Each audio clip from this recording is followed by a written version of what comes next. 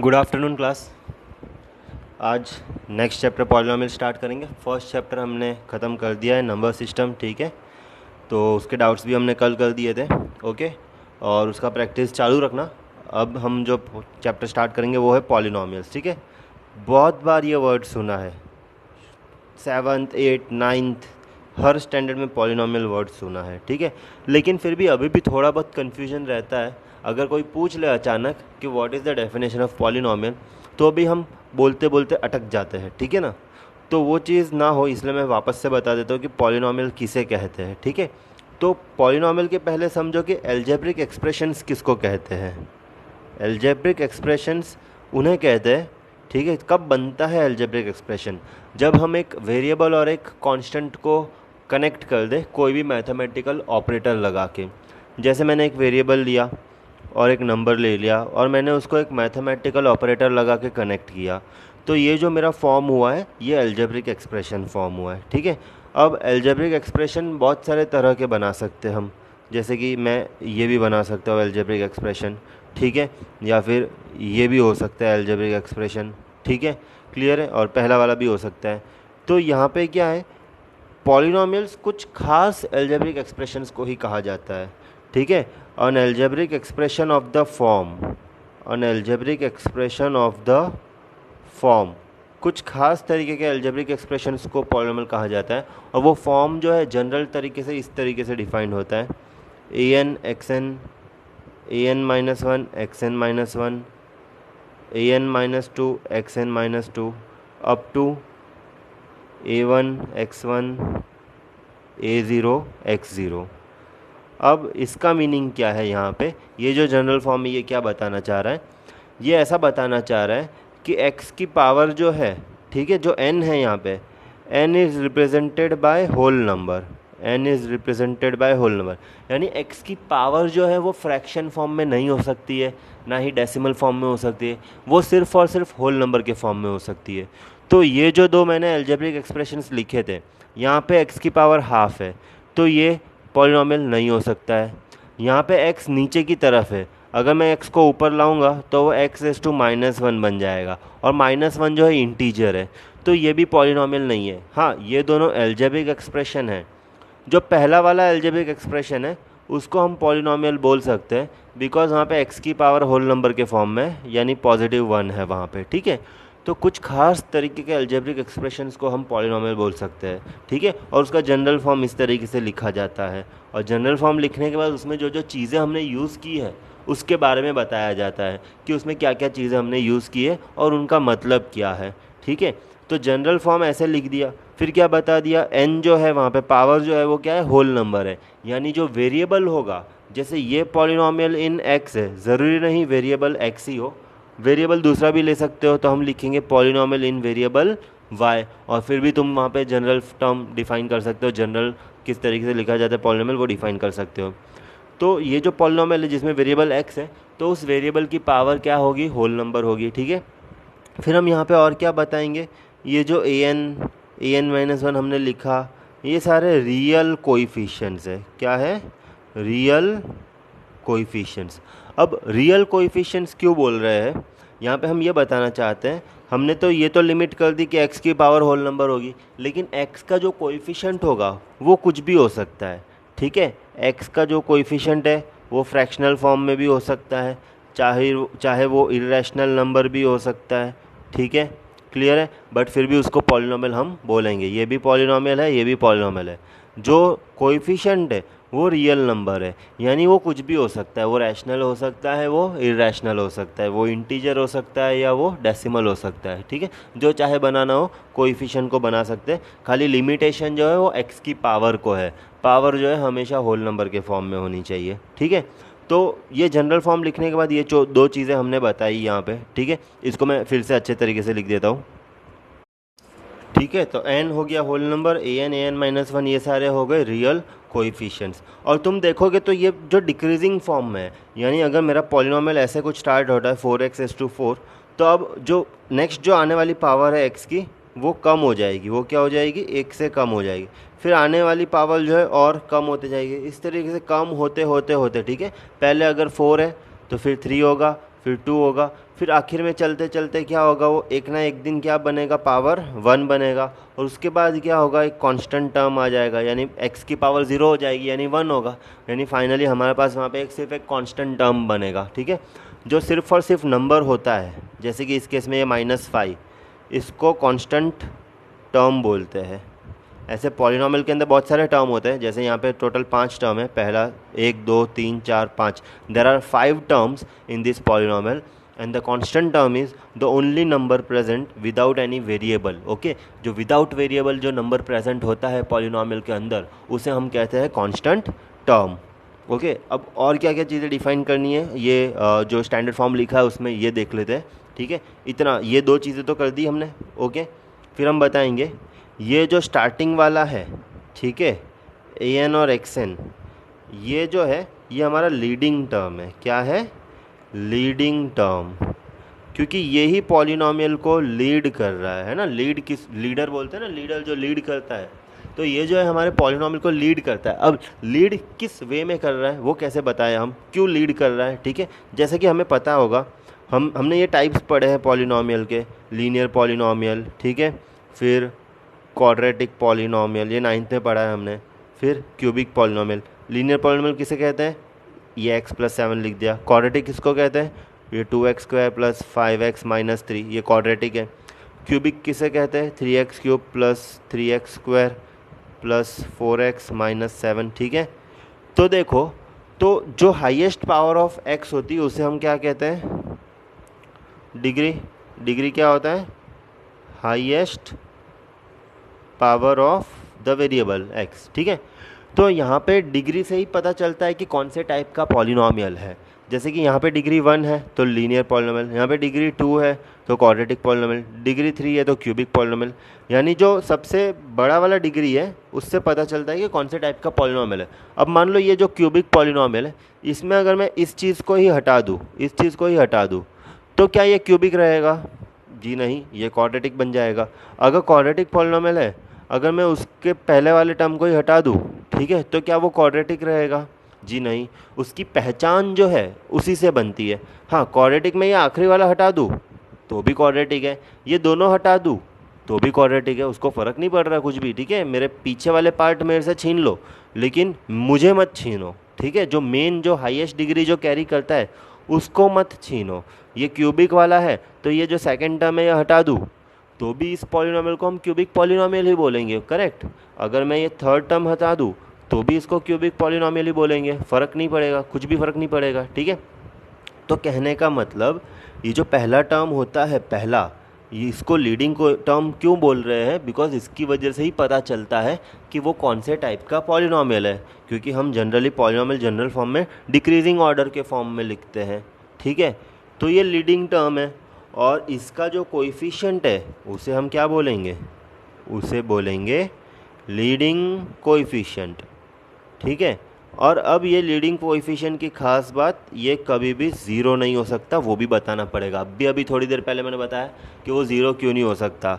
जैसे मैंने बताया ना कि क्यूबिक पॉलिनॉमियल है, क्यूबिक पॉलिनॉमियल, अगर उसका कोएफिशिएंट अगर ज़ीरो है, 0 × x³ क्या हो जाएगा, वो ज़ीरो हो जाएगा। ठीक है, मतलब गायब हो जाएगा वहाँ से। ठीक है, तो इसलिए उसके कोएफिशिएंट को ज़ीरो नहीं रख सकते, कुछ भी रख सकते हैं लेकिन ज़ीरो नहीं रख सकते, बिकॉज उसको ज़ीरो रखा तो वो पूरा का पूरा टर्म ही गायब हो जाएगा। ठीक है, क्लियर है। इसको ट्रेन की तरह एग्जांपल में ले सकते हो कि जैसे ट्रेन होती है छुक छुक गाड़ी। ठीक है, कौन सी गाड़ी, छुक छुक गाड़ी।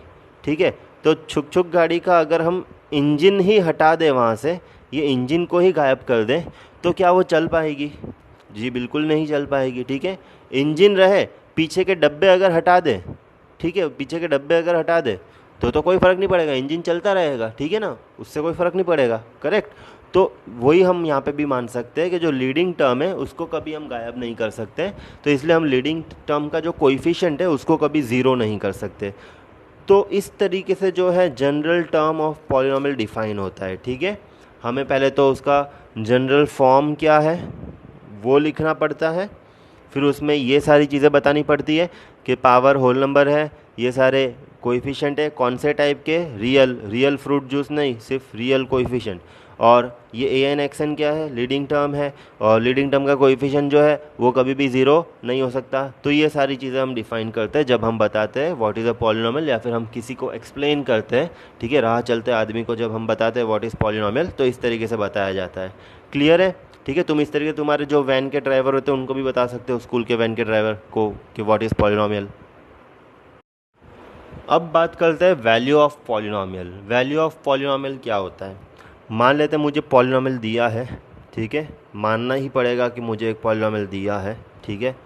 अब इसमें मुझे वैल्यू ऑफ पॉलिनॉमियल निकालना है। I have to find the value of polynomial at x equals to 3।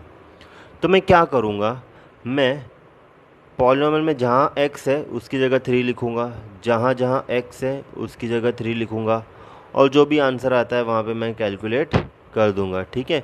तो मुझे जो आंसर मिलेगा that will be the value of polynomial at x equal to 3। That will be the value of polynomial. 23 is the value of polynomial p of x equal to this at x equals to 3, ठीक है। तो different different x की values के लिए मैं different different value of polynomial निकाल सकता हूँ, ठीक है। डिफरेंट डिफरेंट x की वैल्यूज़ के लिए मैं डिफरेंट डिफरेंट पॉलिनॉमियल्स की वैल्यू निकाल सकता हूँ, ठीक है। तो एक और पॉलिनॉमियल का एग्जांपल लेता हूँ, ठीक है। तो जैसे कि ये लिखा है मैंने, ठीक है। अब मैं डिफरेंट x की वैल्यू कुछ भी ले सकता हूँ, वो कोई भी नंबर हो सकता है, रियल नंबर मैं ले सकता हूँ, ठीक है। तो चलो मान लेते हैं मैं यहाँ पे एट x इक्वल टू -2 इस पॉलिनॉमियल की वैल्यू निकालता हूँ, एट x इक्वल टू -2, ठीक है।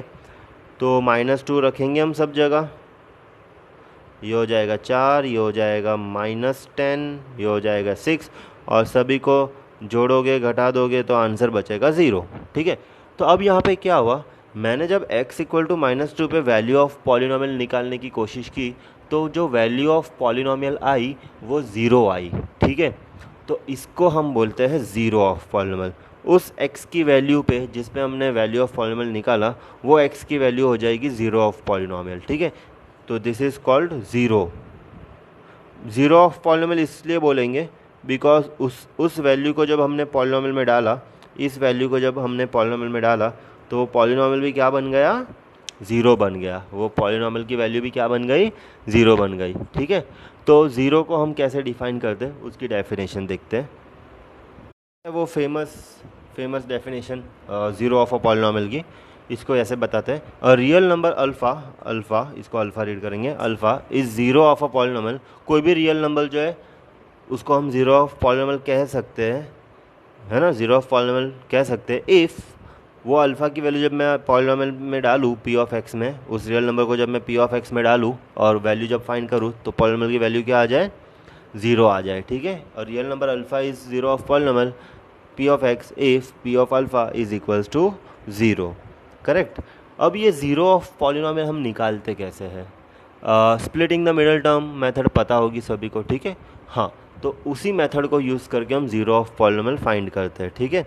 और वो कोई भी टाइप का पॉलिनॉमियल हो सकता है, क्वाड्रेटिक पॉलिनॉमियल हो सकता है, क्यूबिक पॉलिनॉमियल हो सकता है, ठीक है, क्लियर है। तो क्वाड्रेटिक पॉलिनॉमियल के केस में हम कैसे निकालते हैं उसके ज़ीरोस, हम पहले तो उस पॉलिनॉमियल को इक्वेट करते हैं ज़ीरो के बराबर, उसको इक्वेट करते हैं ज़ीरो के बराबर। फिर यहाँ पे जो है उसको स्प्लिटिंग द मिडल टर्म से सॉल्व करते हैं। तो यहाँ पे -5 है और 6 है, तो 6 के फैक्टर्स हम देखेंगे, ये 6 के फैक्टर्स 2 3 दोनों को माइनस में ले लेंगे तो ये जो है -2x और -3x, ठीक है।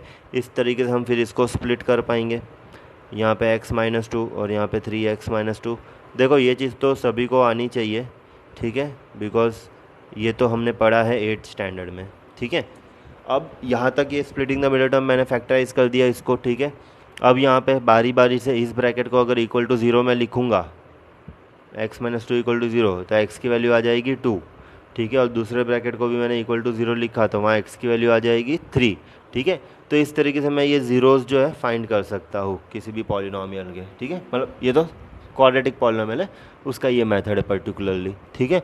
जो पॉलिनॉमियल रहता है उसको पहले इक्वल टू 0 कर देना है, फिर उसको फैक्टराइज करना है और फिर वहाँ से हर एक फैक्टर को इक्वेट करना है 0 के बराबर, और वहाँ से मुझे x की वैल्यू मिल जाएगी, ज़ीरो ऑफ पॉलिनॉमियल जो है वो मुझे मिल जाएगा, ठीक है। तो इसको यहाँ तक का कॉपी कर लो अच्छे से, ठीक है। अब आगे बढ़ते हम। अब ये ज़ीरोज़ का ज्योमेट्रिकल मीनिंग क्या होता है वो हम जानेंगे, ठीक है। तो ज्योमेट्रिकल मीनिंग जानने के पहले टाइप्स ऑफ पॉलिनॉमियल तो पता है ना सभी को, लीनियर पॉलिनॉमियल, क्वाड्रेटिक पॉलिनॉमियल मैंने बताया, डिग्री से पता चलता है, हाईएस्ट डिग्री जो है उसी से पता चलता है, ठीक है। हाईएस्ट डिग्री जो भी होगी उसके अकॉर्डिंग पता चलेगा वो कौन सा पॉलिनॉमियल है, लीनियर है, क्वाड्रेटिक है, क्यूबिक है, वगैरह वगैरह जो भी है, ठीक है। तो geometrical meaning of zeros of polynomial क्या होता है? तो ये है definition geometrical meaning of zeros की। The zeros of a polynomial are the x coordinate of the point where graph y equal to F of x intersects x axis. तो पहले एक एग्जांपल बताता हूँ, फिर ये डेफिनेशन फिर से पढ़ूंगा तो सभी को समझ में आ जाएगी, ठीक है। तो हम यहाँ पे कोई भी लीनियर पॉलिनॉमियल का एग्जांपल ले लेते हैं, ठीक है। जैसे कि मैं ले लेता हूँ 2x प्लस 3, ये एक पॉलिनॉमियल है p of x equals to, ठीक है। तो हमें क्या बोला है कि zeros of a polynomial are the x coordinate of the point where graph y equal to F of X. तो पहले तो हमें ग्राफ बनाना पड़ेगा y equal to F of X का। तो मेरा p ऑफ एक्स ये पॉलिनॉमियल है, तो मुझे y equal to P of X ले लेना पड़ेगा, यानी y equal to 2x plus 3। अब इसका मुझे ग्राफ बनाना है, ठीक है। तो ग्राफ कैसे बनेगा? ग्राफ में क्या क्या लाइंस होती है? एक एक्स एक्सिस होता है, एक y एक्सिस होता है, ठीक है, और एक उसका ओरिजिन होता है, ठीक है। अब जैसे मैं यहाँ पे x की डिफरेंट डिफरेंट वैल्यू रखूँ तो मुझे y की डिफरेंट वैल्यूज़ मिलेगी। x को अगर मैं यहाँ पे 1 रखूँ, ठीक है, x को 1 रखूँ तो y कितना मिलेगा? 5 मिलेगा। तो ऑलमोस्ट ये पॉइंट यहाँ पे आ जाएगा, ठीक है। x को मैं अगर 2 रखूँ तो y मुझे 7 मिलेगा, तो ऑलमोस्ट यहाँ पे आ जाएगा। जैसे x को मैंने 1 रखा तो y कितना मिला? 5, x को 2 रखा तो y मिला 7, x को मैं अगर 0 रखूँ तो y कितना मिलेगा?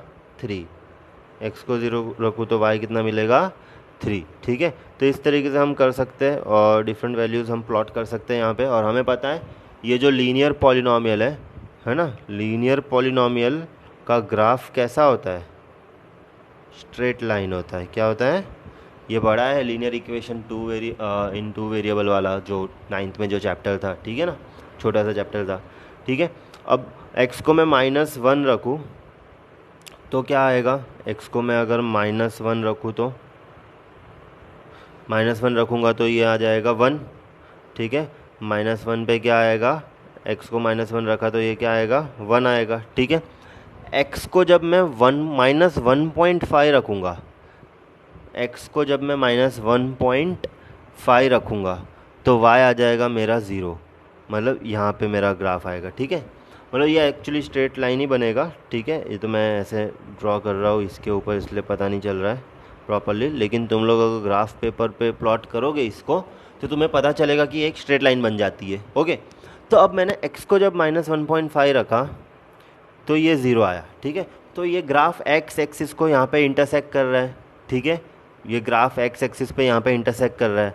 ग्राफ x एक्सिस पे इंटरसेक्ट करता है तो वहाँ पे y की वैल्यू 0 होती है, ये पता है, ठीक है। तो ये वो पॉइंट है।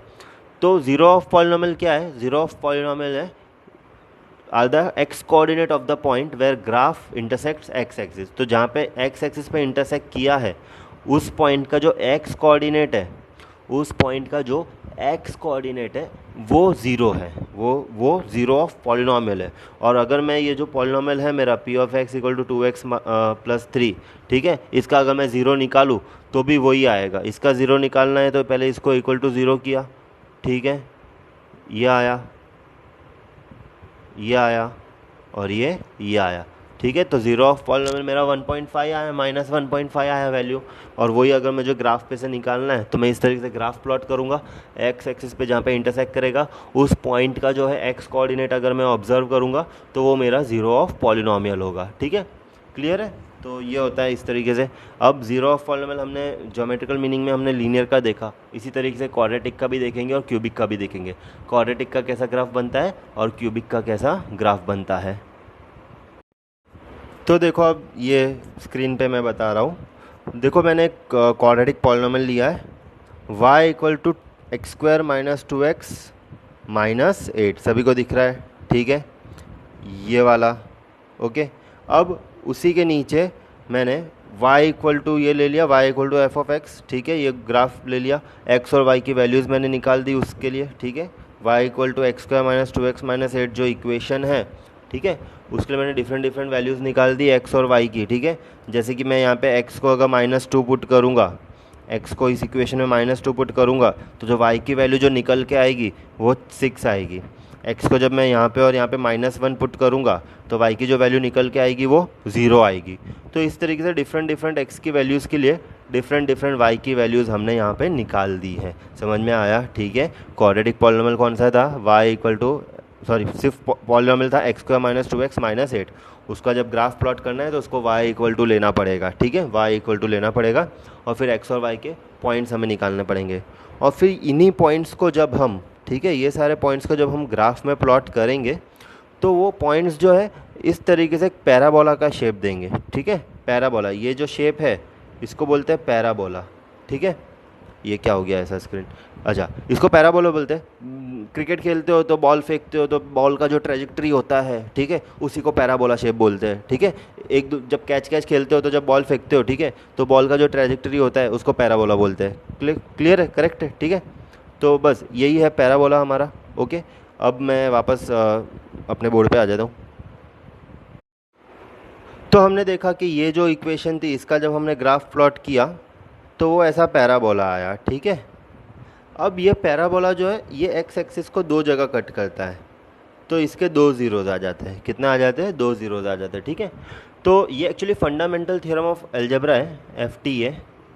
फंडामेंटल थ्योरम ऑफ अर्थमेटिक जो है वो हमने उसमें यूक्लिड में पढ़ा था। ये फंडामेंटल थ्योरम ऑफ अलजेब्रा है कि भाई जितने डिग्री का पॉलिनॉमियल होता है उसके एटमोस्ट उतने ज़ीरोज़ होते हैं, ठीक है। ये बताएंगे नहीं क्योंकि ये बुक में भी दिया हुआ नहीं है। फंडामेंटल थ्योरम ऑफ अलजेब्रा ये कहता है कि a polynomial of n degree have at most n zeros, यानी अगर वो क्वाड्रेटिक है तो उसके ज़्यादा से ज़्यादा 2 ज़ीरो होंगे। क्वाड्रेटिक में डिग्री 2 होता है। अगर डिग्री 3 है तो उसके ज़्यादा से ज़्यादा 3 ज़ीरोज़ होंगे, है ना। क्यूबिक पॉलिनॉमियल है तो उसका 1 ज़ीरो भी हो सकता है, 2 भी हो सकता है, 3 भी हो सकता है, 3 से ज़्यादा नहीं हो सकता है, ठीक है। तो जैसे क्वाड्रेटिक है तो इसके मैक्सिमम कितने ज़ीरोज़ हो सकते हैं, 2 ज़ीरोज़ हो सकते हैं, ठीक है। तो इसके जो ग्राफ बनेंगे उसमें हम 3 केसेस देखेंगे यहाँ पे। ये पहला केस, मतलब ऐसा भी आ सकता है और ऐसा नीचे से भी आ सकता है, ठीक है। पैराबोला कैसे भी आ सकता है, ठीक है। तो ये जो पैराबोला है एक्स एक्सिस को 2 जगह कट कर रहा है, तो इसके 2 ज़ीरोज़ है। ग्राफ को देख के हम क्या बता सकते हैं कि हाँ भाई ये जो क्वाड्रेटिक पॉलिनॉमियल है, हाँ भाई इसके 2 ज़ीरोज़ है, ठीक है। और ये दूसरा ग्राफ देखो, ये जो पैराबोला आ रहा है ये खाली टच करके जा रहा है एक्स एक्सिस को। यहाँ पे भी क्या हो रहा है, ये खाली टच करके जा रहा है। तो हम ग्राफ को देख के क्या आइडिया बता सकते हैं, भाई इसके कितने ज़ीरो है, इसका 1 ज़ीरो है, ठीक है। और यहाँ पे देखो ये जो पैराबोला है ये एक्स एक्सिस को कट भी नहीं कर रहा, टच भी नहीं कर रहा है, ठीक है। एक्स एक्सिस अपना ये है, ठीक है। तो ये कट भी नहीं कर रहा, टच भी नहीं कर रहा, तो यहाँ पे हम क्या बोलेंगे, no zeros, there are no zeros, ठीक है। क्लियर है। तो ये 3 टाइप के केसेस रहेंगे ग्राफ में। जो क्वाड्रेटिक पॉलिनॉमियल है उसके जब हम ग्राफ प्लॉट करेंगे तो ये 3 टाइप में से कोई भी एक टाइप बन सकता है, ठीक है। इसके अलावा कोई दूसरा टाइप नहीं बनेगा, ठीक है। क्लियर यहाँ तक, ओके। और इसी तरीके से क्यूबिक का ग्राफ भी हम प्लॉट कर सकते हैं। तो क्यूबिक का ग्राफ जो है कुछ इस तरीके का दिखता है, मैं बता दूँ तो ऐसा ये ग्राफ बनता है क्यूबिक पॉलिनॉमियल का, कुछ ऐसा सांप की तरह, ठीक है। ऐसे यहाँ से आता है, मतलब जो भी कोऑर्डिनेट्स मिलते हैं हमें इस तरीके से ही मिलते हैं, और फिर हम जब उनको स्मूथ लाइन से ज्वाइन करते हैं तो कुछ इस तरीके का मिलता है। तो हम दिख रहा है यहाँ पे कि ये यहाँ पे एक्स एक्सिस को 3 जगह कट कर रहा है, तो इसके 3 ज़ीरोज़ है, ठीक है। क्यूबिक के एटमोस्ट कितने हैं, 3 ज़ीरोज़ है। फिर ये यहाँ से इन्फिनिटी की तरफ बढ़ेगा, ये वापस घूम के नहीं आने वाला, ठीक है। वेव फॉर्म नहीं बनेगा, खाली इतना ही बनेगा, ठीक है। क्लियर है। इस तरफ से देखो तो ये एस बनेगा, ऐसा कैसा बनेगा, एस, ओके। अब इसमें जो केसेस बन सकते हैं, यानी 3 ज़ीरो बन गए, ठीक है। फिर या तो 2 ज़ीरो वाला केस आएगा और 1 ज़ीरो वाला केस आएगा, ठीक है।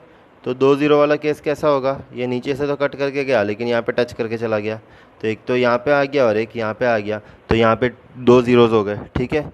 फिर 1 ज़ीरो वाला केस कैसे होगा, ये ऐसे आएगा और यहीं से नीचे चला जाएगा, तो यहाँ पे जो है वो एक ही जगह वो टच करके चला जाएगा, ठीक है।